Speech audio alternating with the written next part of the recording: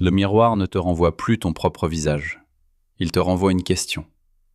La question qu'il a laissée dans l'air la dernière fois que son regard a glissé sur toi sans s'arrêter. Ce n'était peut-être qu'une seconde, un instant de distraction, un simple mouvement de tête. Mais à l'intérieur de toi, ce n'était pas un mouvement. C'était un verdict. Le tribunal s'est aussitôt réuni, silencieux et implacable, dans les profondeurs de ta psyché. Et au centre, sur le siège du juge, il n'y avait pas une figure abstraite de la loi. Il y avait lui.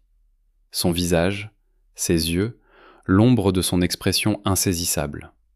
Le procès a commencé sans que tu aies prononcé un mot. L'accusation était claire. Tu n'es pas assez. Pas assez intéressante, pas assez belle, pas assez captivante pour retenir son attention ne serait-ce qu'un instant. La sentence est tombée, immédiate et écrasante. La honte.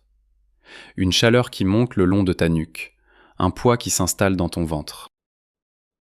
Ce qui se passe dans ces moments-là n'a que très peu à voir avec l'homme réel, celui de chair et d'os, qui a peut-être simplement pensé à une course à faire ou regardé l'heure sur son téléphone.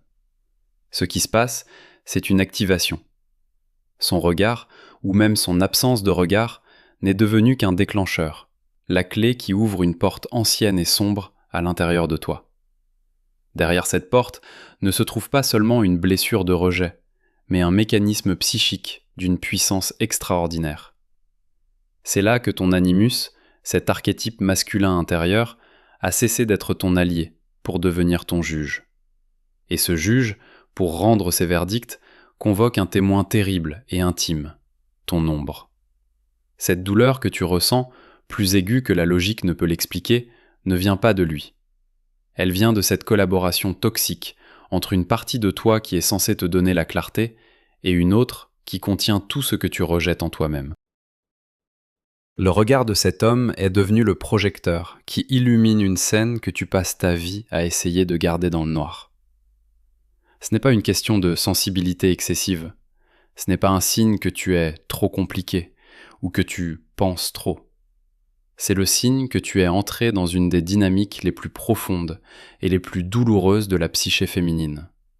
Le moment où le regard de l'autre devient le miroir déformant de ta propre valeur, et où ce miroir est tenu par une force intérieure qui a pris son visage.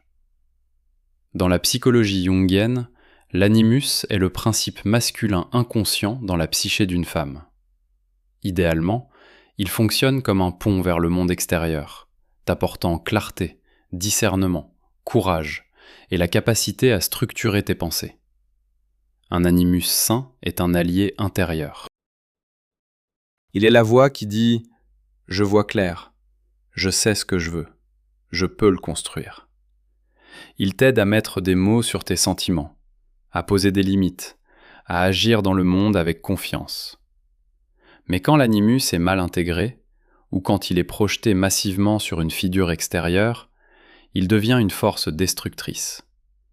Au lieu de te donner la clarté, il te la vole. Il devient un critique intérieur, un saboteur, un juge impitoyable. Et il le fait souvent en empruntant la voix et le visage de l'homme qui a le plus d'importance émotionnelle pour toi. C'est exactement ce qui se passe quand son regard te fait si mal. Tu n'as pas consciemment décidé de lui donner ce pouvoir. La projection est un mécanisme inconscient.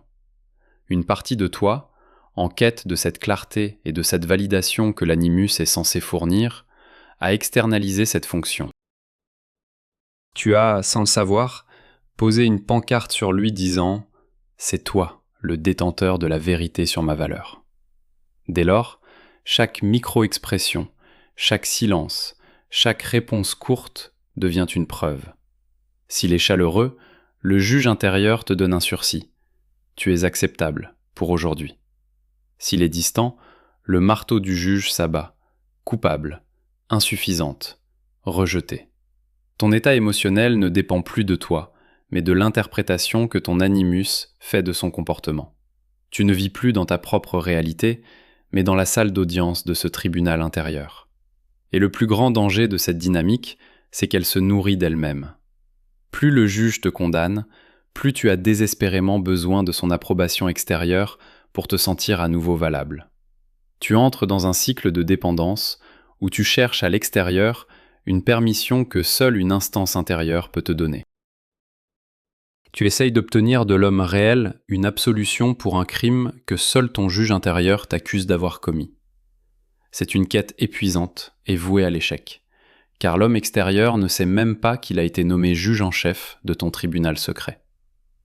Ce juge intérieur, cet animus négatif, ne travaille pas seul.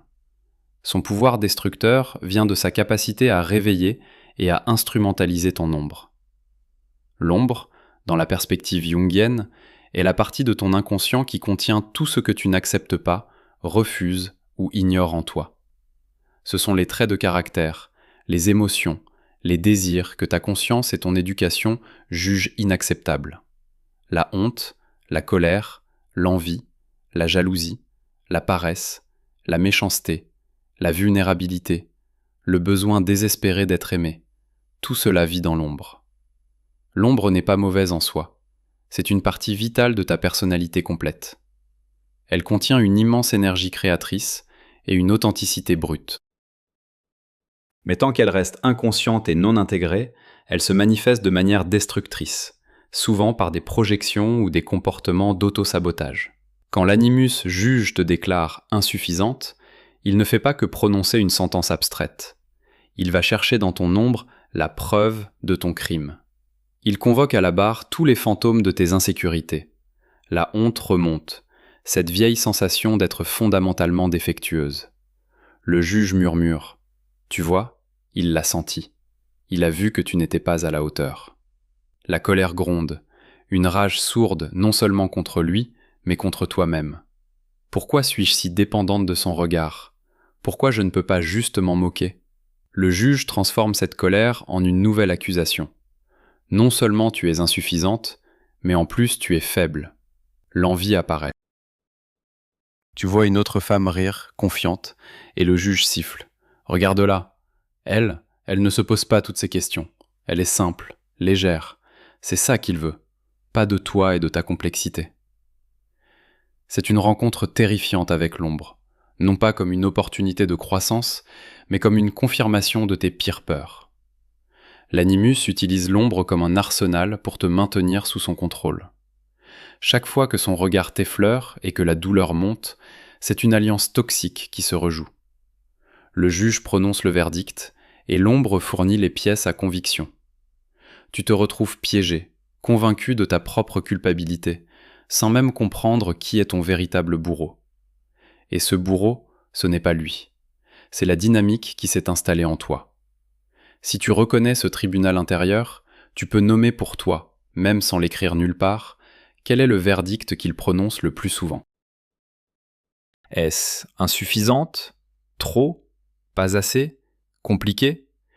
Juste voir le mot, c'est commencer à le séparer de ta vérité. Imaginons une scène. Vous êtes à une soirée, entouré d'amis. Tu lui parles, tu racontes quelque chose qui t'anime, une petite victoire au travail, une idée qui t'enthousiasme. Au milieu de ta phrase, son regard décroche. Il glisse vers la porte d'entrée, puis vers son téléphone qu'il sort machinalement de sa poche. Il n'y a aucune hostilité dans son geste. C'est presque imperceptible pour les autres. Mais pour toi, le monde vient de basculer. Ton corps réagit avant ta pensée. Une microseconde de vide dans ta poitrine, comme si tu tombais dans un trou d'air. Ta voix perd une fraction de sa chaleur, elle devient plus mécanique, juste pour finir la phrase et ne pas perdre la face. Une chaleur désagréable monte à tes joues. Ton estomac se serre. Tu as l'impression que tout le monde dans la pièce a vu ce qui vient de se passer. Il t'a abandonné en public. Puis le tribunal intérieur ouvre la séance. La voix du juge, qui sonne exactement comme une version froide et détachée de la sienne, commence son réquisitoire. Tu vois ? Tu l'ennuies ? Ce que tu dis n'a aucune importance. Regarde comme tu t'agitais en parlant. C'était pathétique. Tu essaies trop. Une autre femme, de l'autre côté de la pièce, rit à gorge déployée. Son rire est clair, sans effort. Le juge en fait immédiatement une pièce à conviction. Elle est naturelle. Elle ne fait aucun effort pour être le centre de l'attention. Elle l'est. c'est tout. Toi, tu rames. Pendant ce temps, l'ombre, convoquée à la barre, déverse son poison. La honte te submerge. Tu as envie de disparaître, de devenir invisible. La colère monte. Une rage impuissante contre lui pour t'avoir infligé cette humiliation. Et contre toi-même pour être si vulnérable. Le désir de vengeance, une pensée fugace et brûlante. Tu aimerais qu'un autre homme te regarde avec une admiration évidente, juste pour qu'il voie ce qu'il ignore. Tu passes le reste de la soirée dans un brouillard. Tu souris, tu hoches la tête, tu participes aux conversations, mais tu n'es plus là. Tu es dans la salle d'audience. Chaque fois qu'il te sourit, tu te demandes si c'est par pitié. Chaque fois qu'il te touche le bras, tu te demandes si c'est un geste automatique, vidé de son sens. Il n'est plus ton partenaire. Il est ton juge, et tu es la prisonnière qui attend de savoir si elle aura droit à 1 heure de promenade dans la cour. Plus tard, dans la voiture, il te demandera peut-être « Ça va ?» Tu es silencieuse. Et c'est là que le piège se referme. Tu as 2 options, toutes 2 dictées par le juge. Option 1, mentir. Oui, juste un peu fatiguée. Tu te tais pour ne pas avoir l'air folle ou exigeante. Le juge approuve. Bien, cache ta faiblesse. Ne lui montre pas à quel point il a de pouvoir sur toi. Mais à l'intérieur, tu te sens seule et trahie. Option 2, tenter de t'expliquer. C'est juste que tout à l'heure, quand je te parlais, tu as regardé ton téléphone et... Tu n'as même pas fini ta phrase que le juge t'interrompt déjà. Pathétique. Maintenant tu vas quémander son attention. Tu vas lui donner une autre occasion de te trouver lourde. Et sa réponse à lui, probablement un mélange d'incompréhension et d'agacement. Mais non, j'attendais un message, ça n'a rien à voir avec toi. Ne fera que confirmer le verdict du juge. Tu vois, tentez juste même d'eux. Sûrement, je vais tendre de notre vie, et mes noms ça fera que confirmer le verdict du juge. Mais non, j'attendais un message, ça n'a rien à voir avec toi. Dans les 2 cas, tu perds. Tu perds parce que tu joues une partie truquée sur un terrain qui n'est pas le tien. Tu essaies de résoudre à l'extérieur, avec lui, un conflit qui est entièrement intérieur. Le vrai problème, la vérité douloureuse qui se cache derrière cette scène banale, ce n'est pas qu'il a regardé son téléphone. La vérité, c'est que tu as accepté que son attention soit la mesure de ton existence. Tu as cessé d'être la propriétaire de ton propre regard. Sortir de ce tribunal intérieur n'est pas un acte de volonté simple. On ne peut pas simplement décider de ne plus se sentir jugé. C'est un processus de récupération, une lente et patiente déconstruction de la projection. C'est un chemin d'individuation. La première étape, la plus cruciale, est la prise de conscience. C'est le moment où, au lieu d'être complètement submergé par la douleur du verdict, une petite partie de toi parvient à rester sur la rive et à observer le courant. C'est une voix calme qui dit « Ah, le voilà, le juge ». Il ne s'agit pas de lutter contre lui, ni de le faire taire. Le simple fait de le nommer, de le reconnaître comme une instance intérieure et non comme la vérité absolue, crée une première fissure dans son pouvoir. Tu cesses d'être la prisonnière et tu deviens l'observatrice du procès. La deuxième étape consiste à cesser de chercher des preuves à l'extérieur. C'est un entraînement de l'attention. Quand son regard se détourne, au lieu de scanner la pièce pour trouver la raison de ta défaite, l'autre femme, le téléphone, l'ennui, tu ramènes délibérément ton attention à l'intérieur de toi. Tu la ramènes à ta propre respiration, à la sensation de tes pieds sur le sol. Tu ne cherches plus de réponse chez lui. Tu cherches un ancrage en toi. La question n'est plus « Pourquoi a-t-il fait ça ?» mais « Qu'est-ce que je ressens, là, maintenant, dans mon corps ?» C'est ici que commence la véritable rencontre avec l'ombre. Mais cette fois, c'est une rencontre choisie, pas subie. Tu accueilles la honte, non plus comme une preuve de ta nullité, mais comme une messagère. « Bonjour, honte. De quelle vieille peur d'être inadéquate viens-tu me parler aujourd'hui ?» Tu laisses la colère monter, non pour la décharger sur lui ou sur toi, mais pour écouter son message. « Bonjour, colère. Quelle est la limite qui a été violée? Quel est le besoin de respect que tu défends? L'ombre, lorsqu'on l'écoute avec courage, cesse d'être un monstre.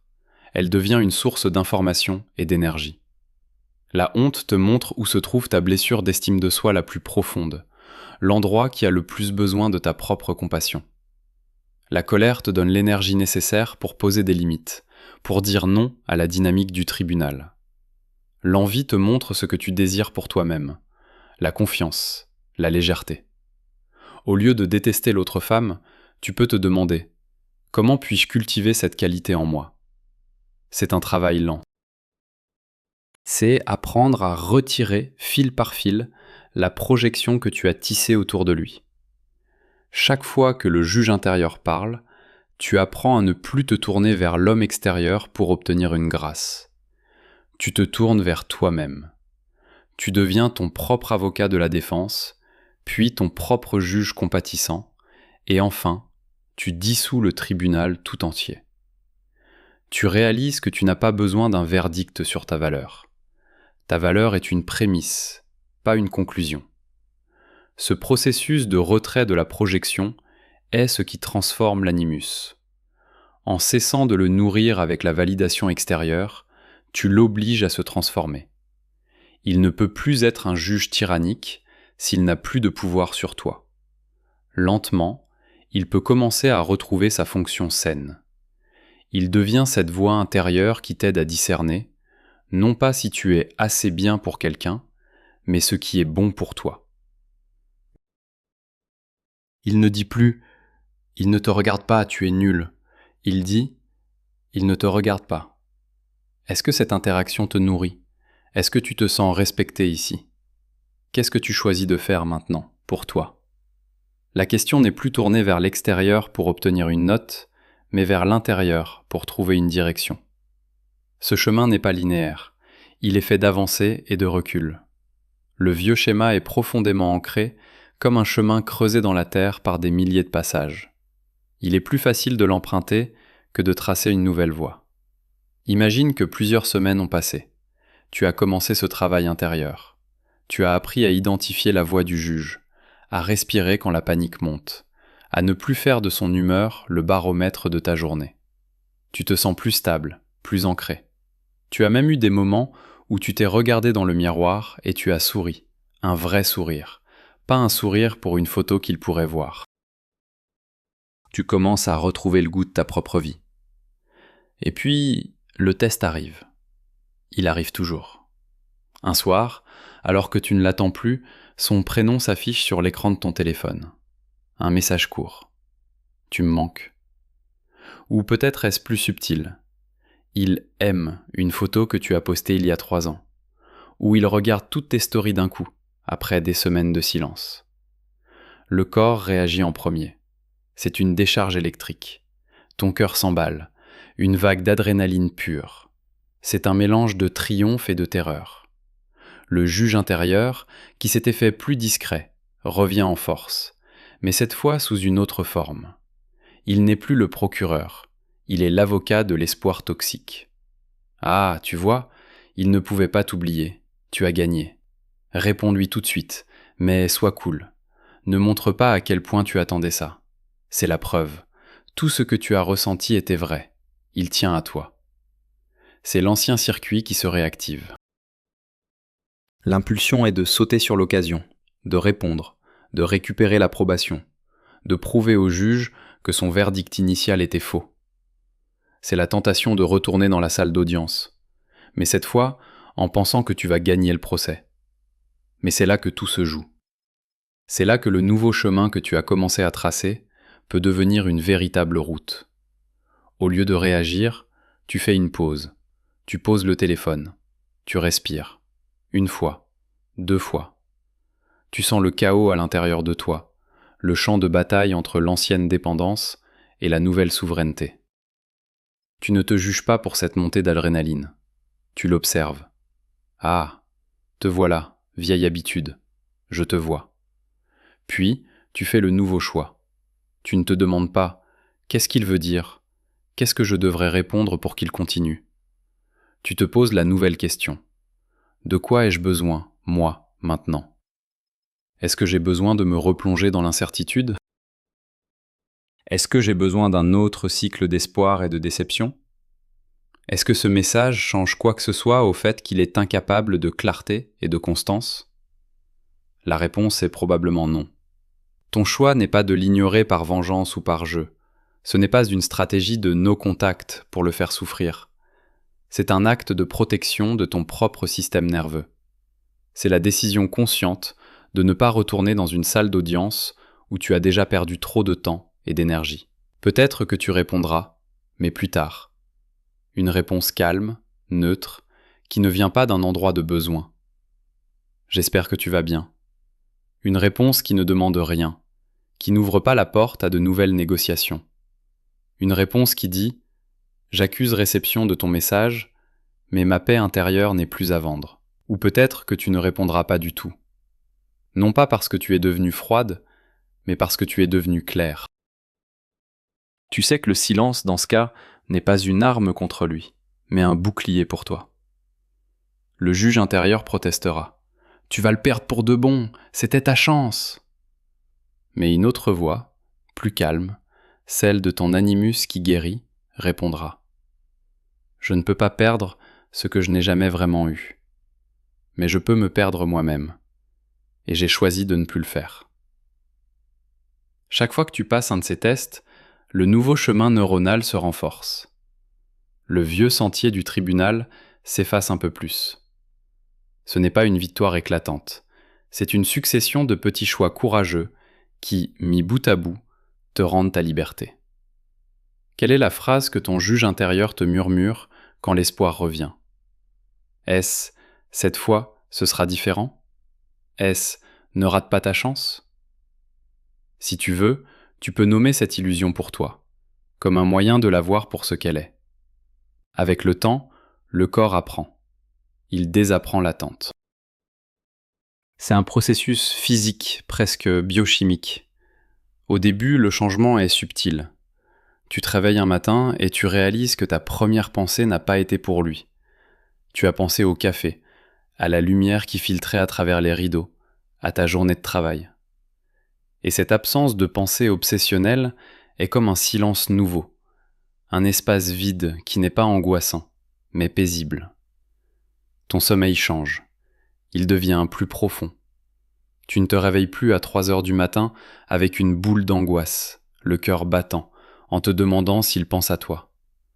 Ton corps n'est plus en état d'hypervigilance, il n'attend plus un signal de danger ou de réconfort qui ne vient jamais. Il apprend qu'il peut se détendre, que la nuit est faite pour le repos, pas pour le procès. La tension dans tes épaules, cette armure que tu portais sans même t'en rendre compte, commence à fondre. Tu te surprends à marcher le dos plus droit, la tête plus haute. C'est pas une posture arrogante, c'est une posture d'ancrage. Tu habites ton corps différemment. Il n'est plus un objet à faire valider par un regard extérieur, il est ta maison. Le son des notifications de ton téléphone change de nature. Avant, chaque bip provoquait une décharge, un mini-choc électrique d'espoir ou de déception. Maintenant, c'est juste un son. Tu peux le laisser sonner, finir ce que tu es en train de faire et regarder plus tard. L'urgence a disparu. Parce que ta valeur n'est plus attachée à ce message. Même ta voix peut changer. Elle devient plus posée, plus grave. Tu parles moins vite. Tu n'as plus l'impression de devoir te dépêcher de dire ce que tu as à dire avant de perdre l'attention de ton interlocuteur. Tu prends ton temps, parce que tu sais que ce que tu as à dire a de la valeur, indépendamment de qui l'écoute. Ces changements ne sont pas le résultat d'une pensée positive, ils sont la conséquence du retrait de la projection. En cessant de nourrir le juge intérieur, tu cesses de maintenir ton système nerveux dans un état de combat ou de fuite permanent. Tu lui permets de revenir à son état de base, l'état de sécurité et de repos. C'est un retour à soi qui se passe au niveau cellulaire.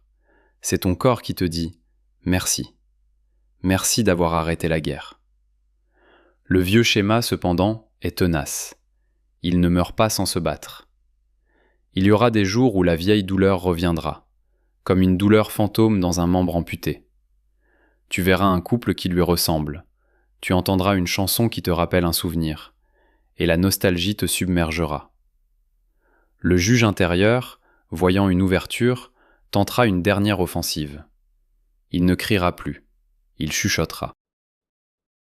Et si tu avais fait une erreur ? Il n'était pas si mal après tout.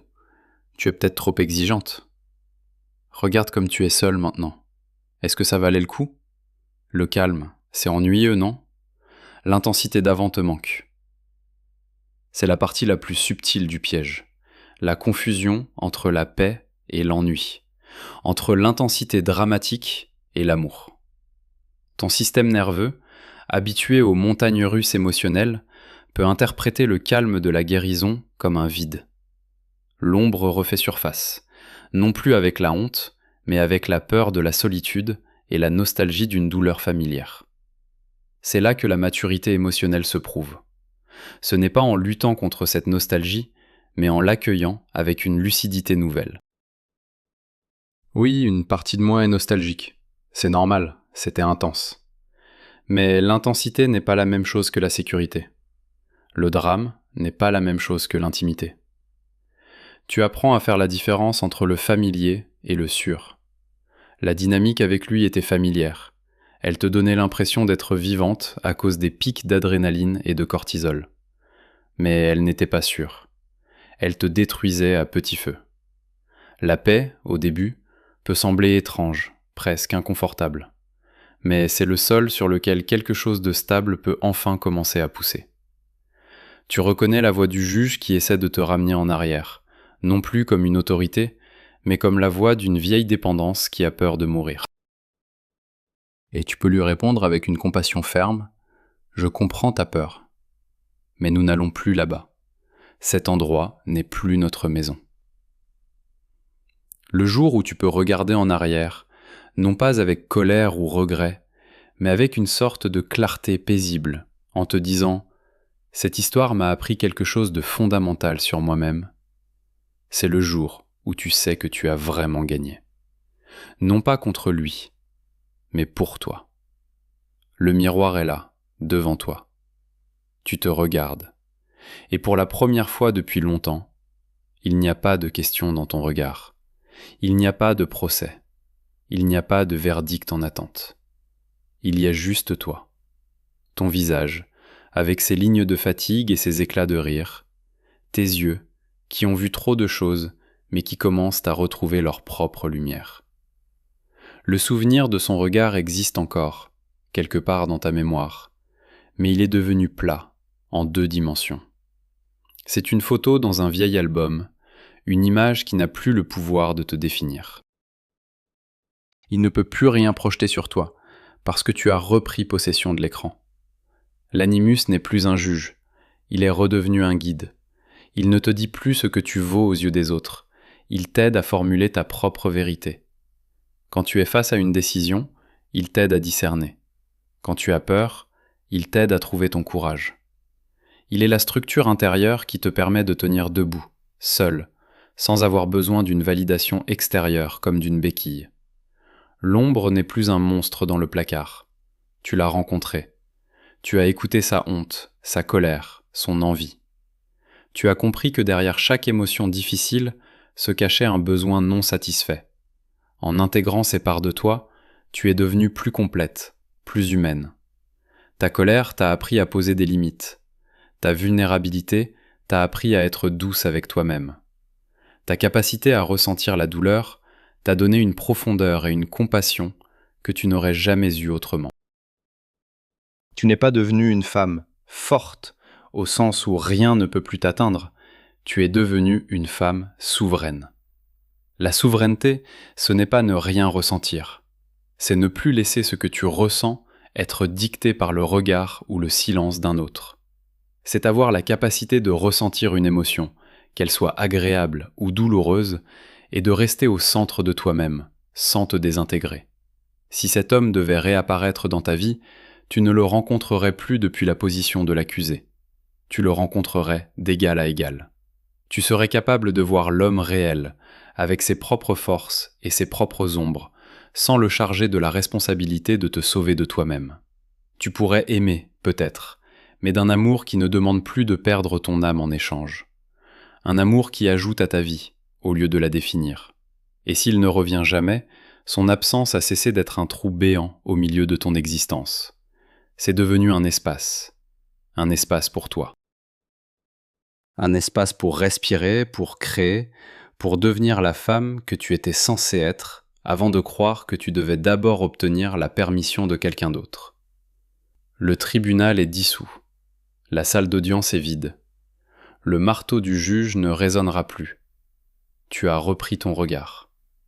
Si tu es prête à sceller cette reprise de pouvoir, tu peux laisser une dernière phrase. Pas pour lui, pas pour le monde, mais pour la femme dans le miroir. Une phrase comme « Je me vois » ou simplement « souveraine ».